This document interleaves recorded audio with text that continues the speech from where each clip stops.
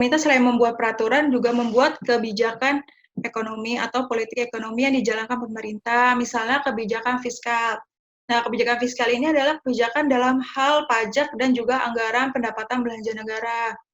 Di sini misalnya pajak pemerintah menentukan misalnya pajak penghasilan per orang itu berapa, terus juga mengalokasikan pajaknya misalnya buat proyek-proyek apa, infrastruktur buat apa gitu ya.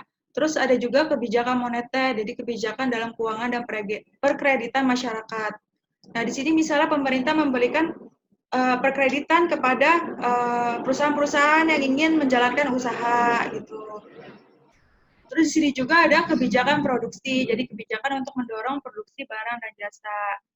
Terus yang keempat ini ada ketenaga kerjaan, kebijakan mengatur segala sesuatu tentang ketenaga kerjaan ya, termasuk tata cara pemberangkatan dan pemulangan tenaga kerja Indonesia.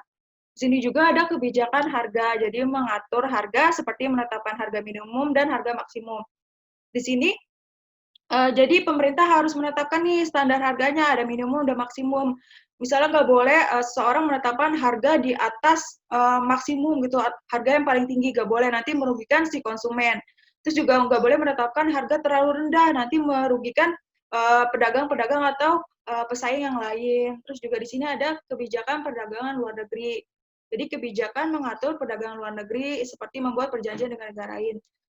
Misalnya adanya perjanjian perdagangan antara misalnya antara Indonesia dengan Cina terkait apa perdagangan transportasi gitu.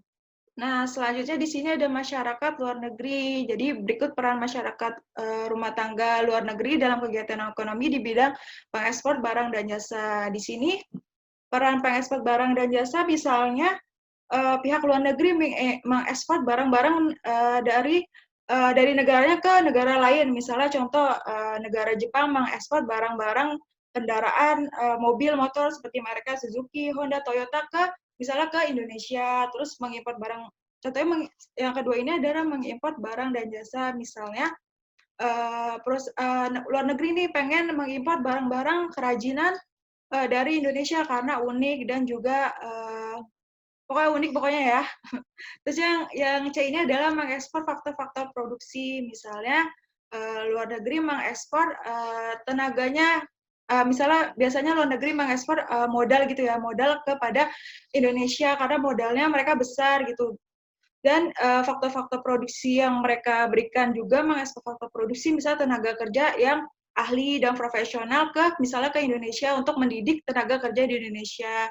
Terus juga mengimpor faktor produksi. Di sini juga misalnya Indonesia mengimpor faktor produksi ke luar negeri, misalnya tenaga kerja, karena tenaga kerja Indonesia kan melimpah gitu. Jadi kita misalnya mengimpor tenaga kerja ke luar negeri supaya tidak ada terjadinya pengangguran yang lebih besar lagi. Terus juga sini sebagai mitra ekonomi.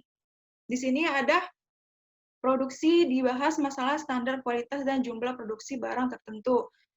Seperti minyak di sini lembaganya ada OPEC. Nah, di sini dijelaskan ada standar kualitas. Standar kualitasnya maksudnya misalnya ketika luar negeri ingin, contohnya ya, misalnya ketika luar negeri ingin mengekspor barang konsumsi ke Indonesia, misalnya harus dengan standarnya, misalnya harus halal, karena mayoritas masyarakat Indonesia kan ini Muslim, jadi harus makanan atau produk-produk konsumsi itu harus halal, terus juga standar gizinya juga baik dan juga aman buat masyarakat Indonesia.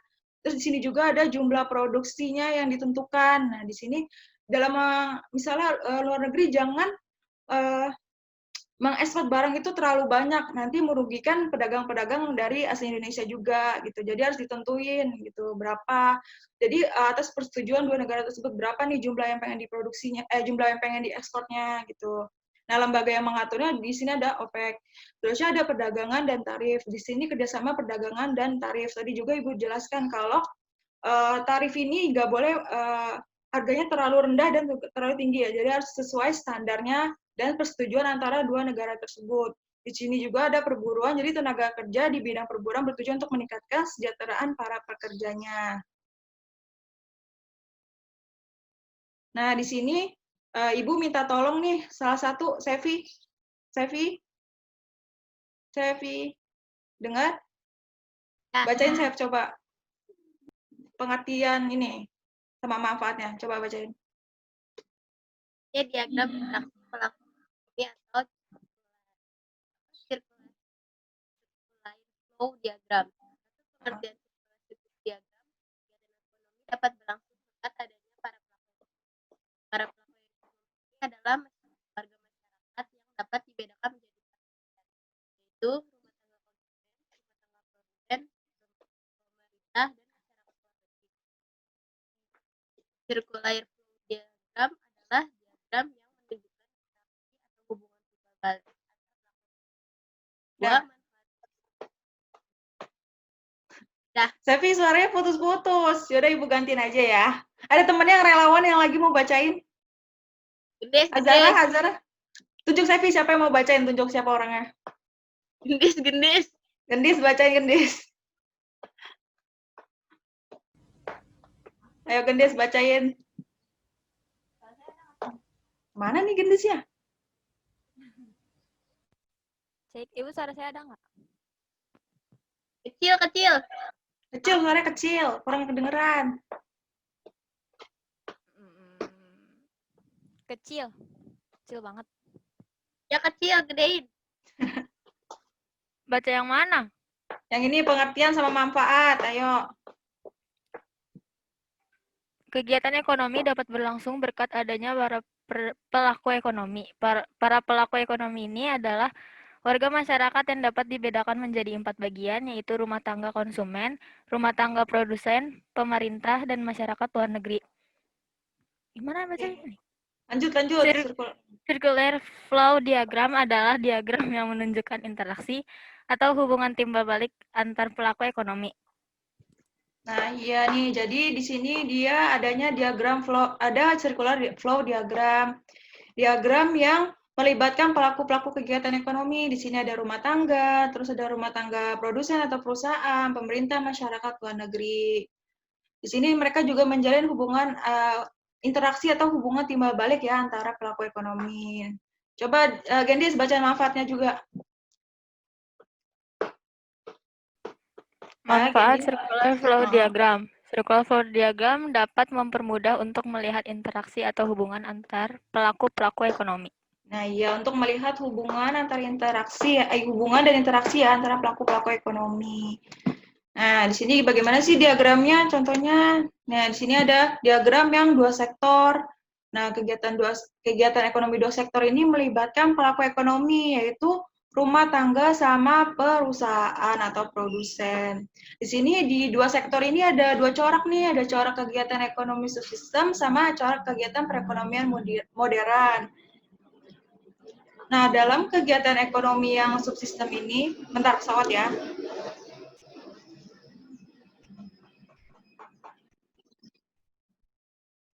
Nah, dalam kegiatan ekonomi yang subsistem ini, sekiranya sektor produksi menggunakan seluruh faktor produksi yang ada di dalam perekonomian.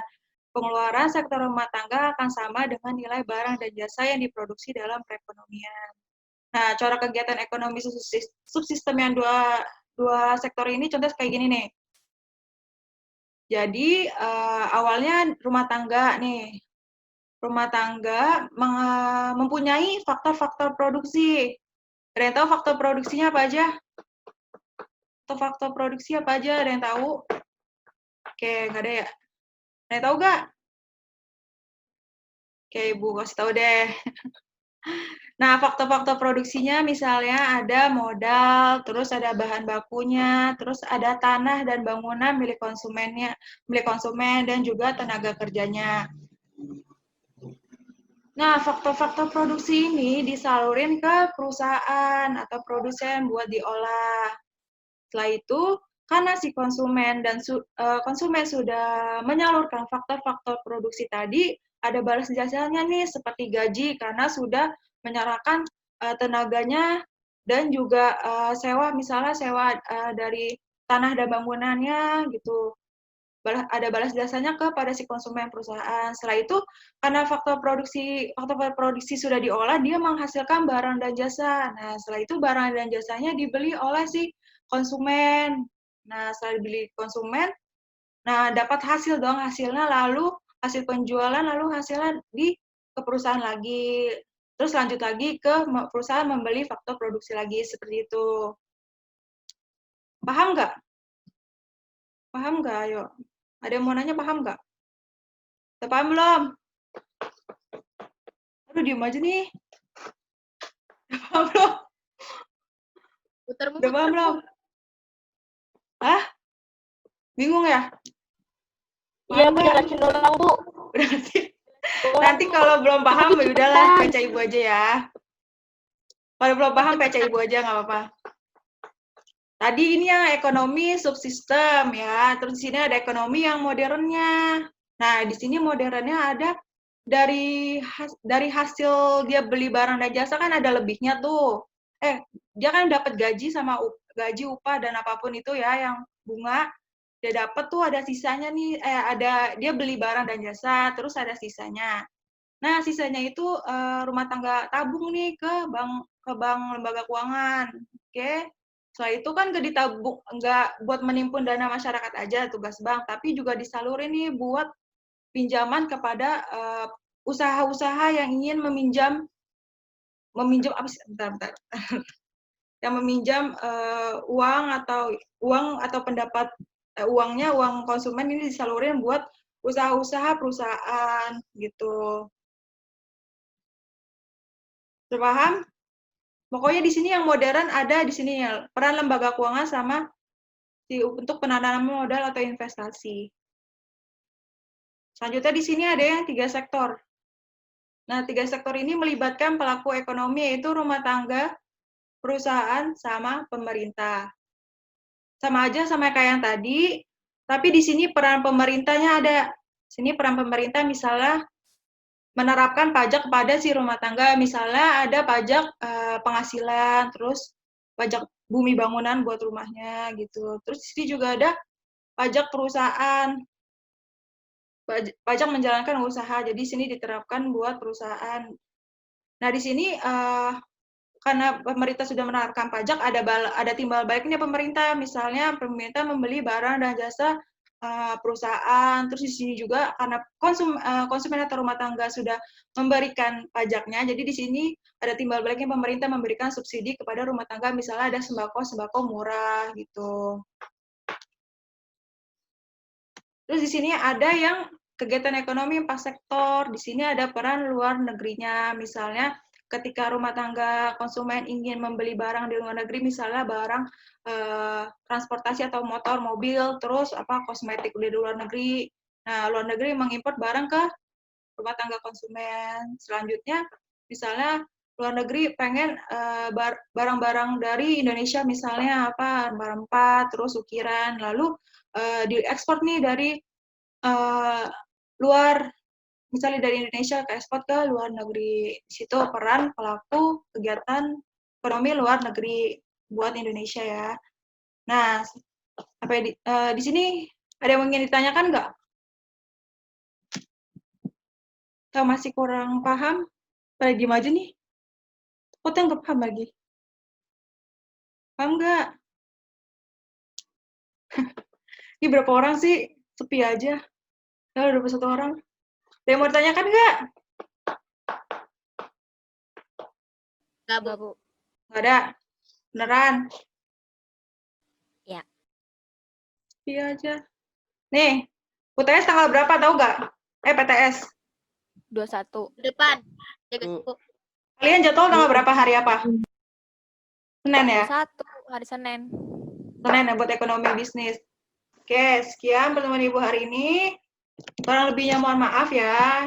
Wassalamualaikum warahmatullahi wabarakatuh. Maaf ya. Waalaikumsalam. Waalaikumsalam. Selamat ya.